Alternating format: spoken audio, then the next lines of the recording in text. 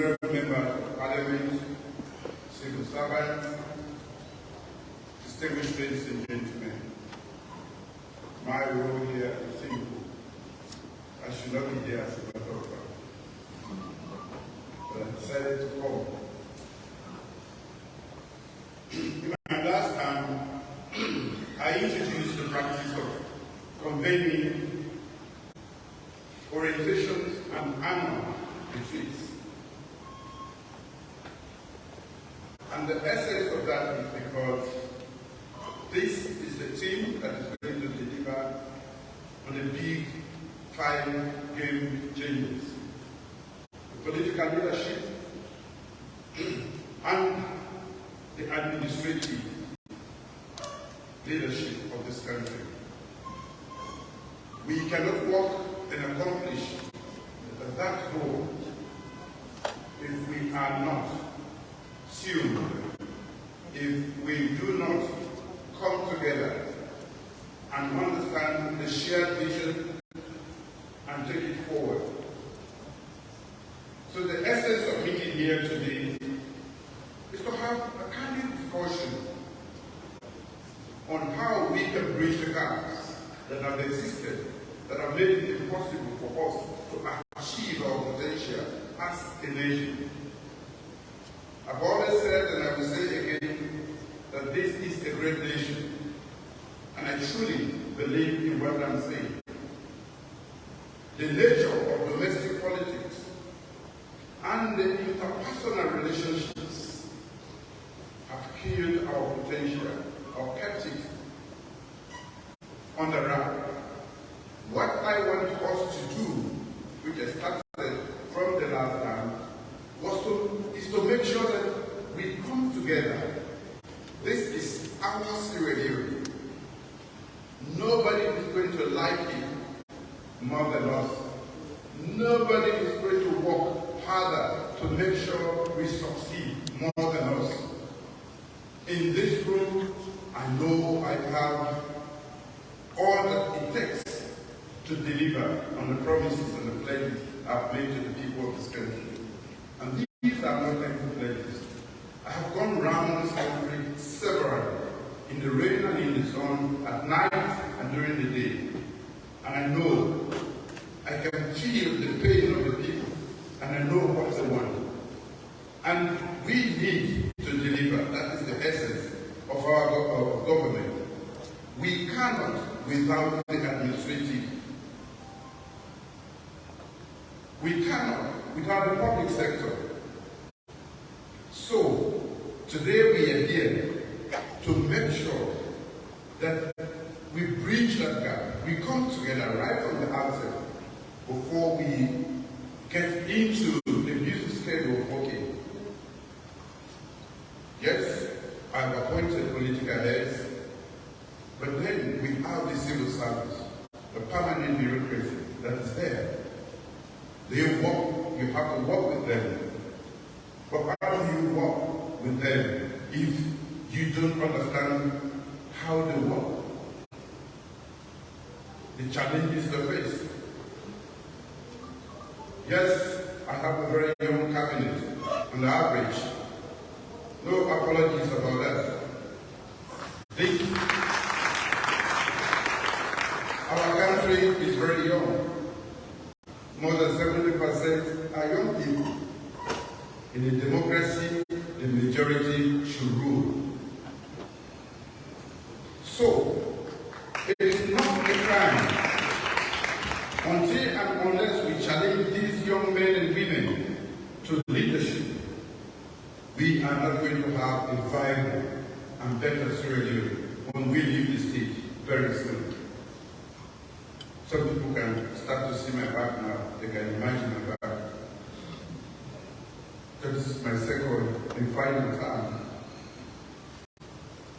But what we want to do is to change the dynamics of the relationship between the political leaders and the administrative sector. We should endeavor the quality or the health of the relationship between these two entities and among the sectors is important in our delivery of public services. So today we are gathered here essentially for the single purpose of working together. Be friends. If you are not friends, have a working relationship.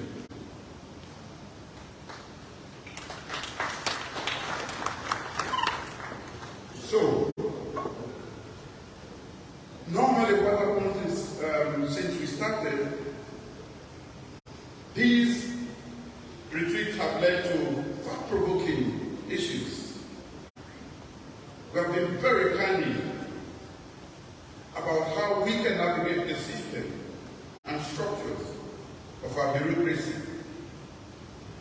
It helps us to strengthen the intercollegial and intersectoral collaboration and coordination, as well as charting cordial and productive working relationships between political leadership and the permanent bureaucracy. There is immense utility in this, as I've said earlier, and I want to emphasize again. So, I'm pleased that we are all here and we take this exercise very seriously. It will last for a day or two, but the impact is profound. Let us be a generation of leaders that will change the course of history in this country.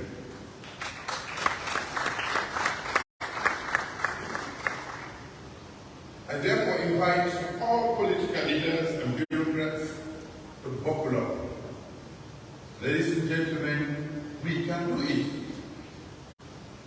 In the last 5 years, we started to show signs that we have what it takes to change the mess we have created of our own country.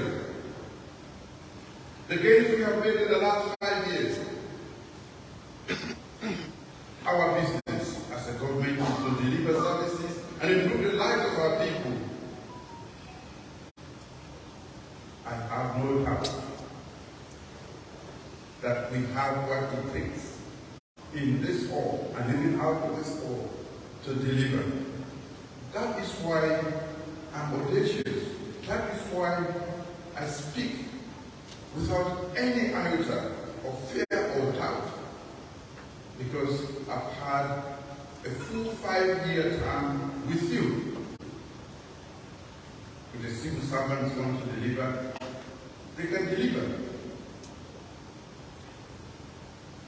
The political leadership, for us, we either deliver or we are deleted. That's the truth. And I don't think we want to be deleted just now. So we have to deliver. I want to say again that Sierra Leone is markedly a different country today than it was 5 years ago. From human capital development to women empowerment, women and girls empowerment, we are way ahead. It interests you to know that our girls finish primary and secondary education more than our peers in the whole sub-region. We have more enrollment and pass rates in the past 5 years than at any other time in the history of this country. We have been very bold and ambitious, and we have made more investment in education in this country since it was founded. What has this done to us? Now, the world knows that the small country Sierra Leone is ready. It's ready to take its place. And we have started by going to places. We are now part of the United Nations UN Security Council in the non-permanent category.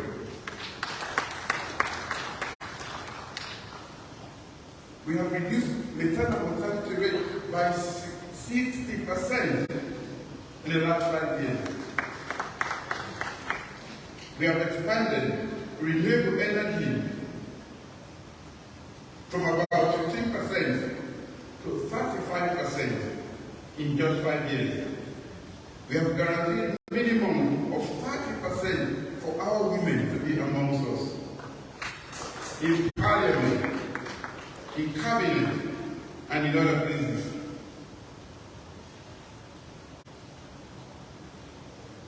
We have started doing a good job, but there is more to be done. And that is why we need to buckle up. And that is why we need to have a strong working relationship among the different layers of the public sector, including that of the political leadership. You know that I pledge to the people of this country, on my personal behalf and on behalf of all of you, to move faster and do better in providing locally produced nutritious food for all of us, feed alone.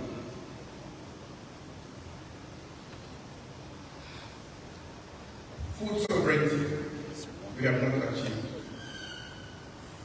Even the political sovereignty that we celebrate every day is not on hand. At least, let's go for food sovereignty. That which we know we can do with all that is available for us. Today, that's not rain yet, but it was raining yesterday, and I'm sure it's going to rain again. We have enough arable land. We have enough rainfall. We have what it takes. We should not be fed by other countries. And yet we grow about the prices of things. So we must feed ourselves. We must provide employment for our children and grandchildren. We must address the structural and operational gaps and weaknesses in the public service delivery system, which is what we are doing here today. And we want to use technology for all the advantages that we have. So we have quite a lot, and we must achieve it. Of course, as you all know, the challenges facing us have been exacerbated by several regional, global, health, security, and economic crises since 2020. And I'm sure we are not out of the woods yet. But notwithstanding all of this, we have to succeed. No excuses. I will not fail the people of this country, nor will I allow you or this generation of leaders to fail, especially when it comes to the transformation agenda that we have laid before the people, the big 5 game changers. We simply cannot afford to fail.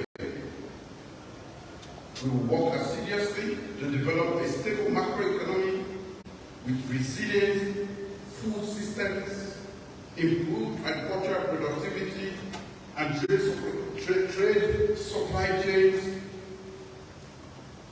and provide better paying jobs.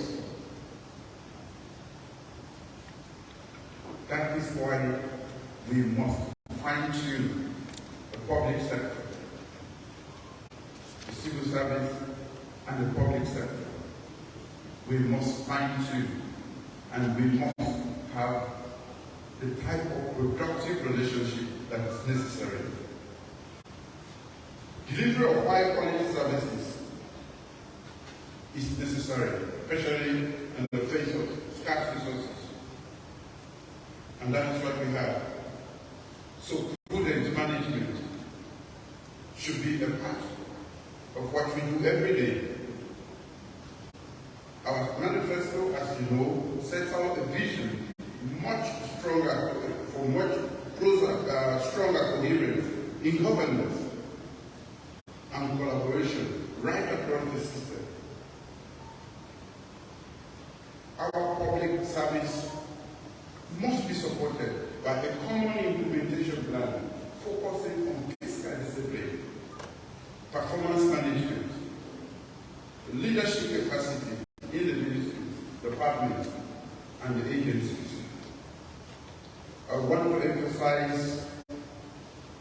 how essential leadership is. Leadership is key to most changes that have taken place. The leadership must get the buy-in of the followers. The leadership must lead by example. The leadership must make sacrifice. So, as appointed political leaders of various ministries, I expect you to do just that.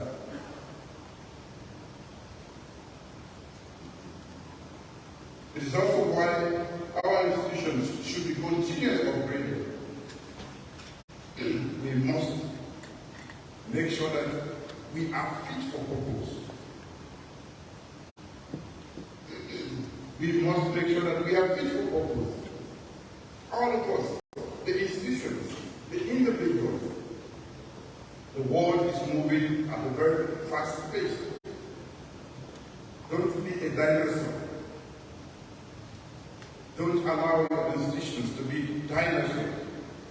Otherwise, you will lose your utility and will discard you, will delete you. It means that we must have a place for efficient organizational systems and work processes that place direct responsibility for getting things done quickly into individuals and teams. And for me, it is this team, this huge team sitting before us. There's a lot riding on this, what we are doing today. Because how closely I can quickly get you together, to work together, to know that you don't operate in silos, but to work in collaboration, makes my work lighter. Therefore, this administration is going to streamline the legal and regulatory framework of public service management and flatten the silos in government into multi-sectoral collaborative networks across ministries, departments, and agencies. Planning and implementation will be driven by prioritization and specification.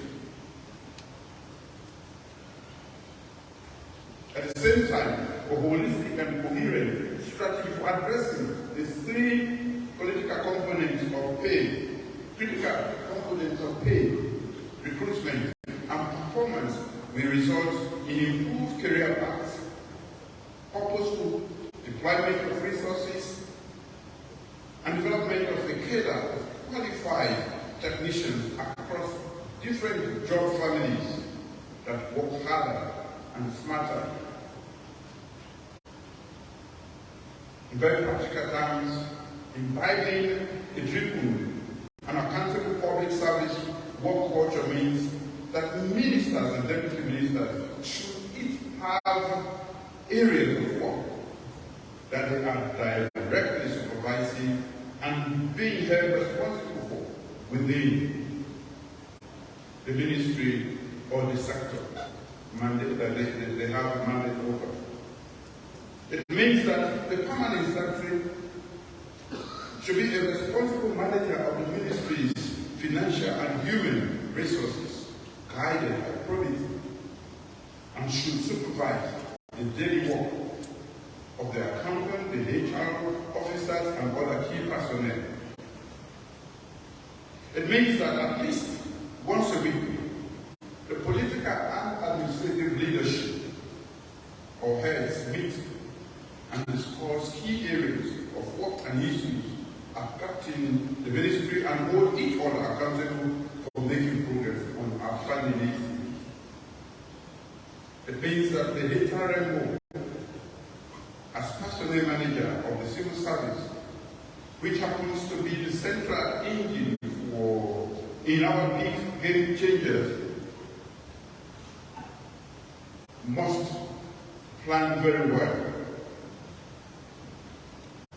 Should have an unequivocal commission for getting the smartest and the most committed people into our rooms. That is where the problem starts if we don't get the right people into the service. It means that this engine in public service machine must be calibrated, calibrated to maintain speed, efficiency, and general fitness. Ladies and gentlemen, this might seem as a simple exercise, but I take it seriously. Having had the hindsight of taking the oath of office 3 times in this country.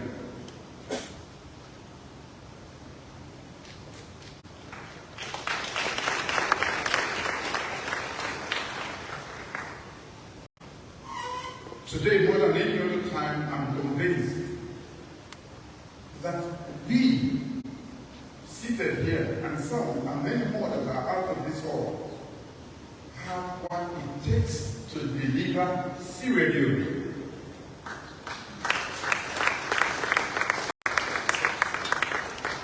My business is to bring all of that together, get rid of the obstacles,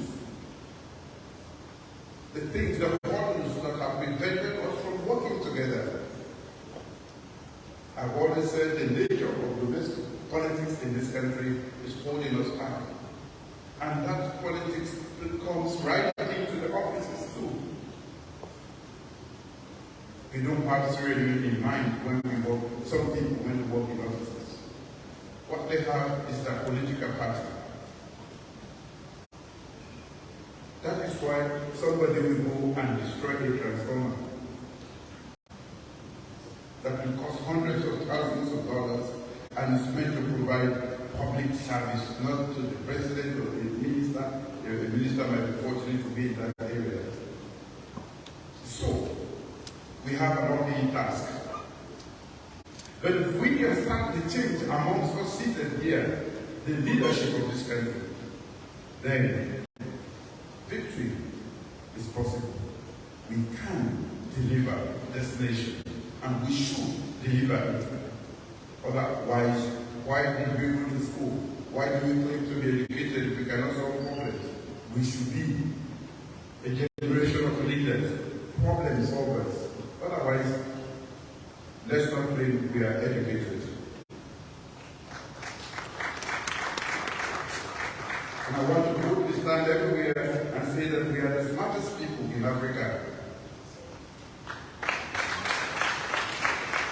So how do we put that ingenuity to work for ourselves and our people? That is why we are here. I want to thank all of you for coming, and please take this very seriously. We have a huge task ahead, and we must accomplish it. Thank you all.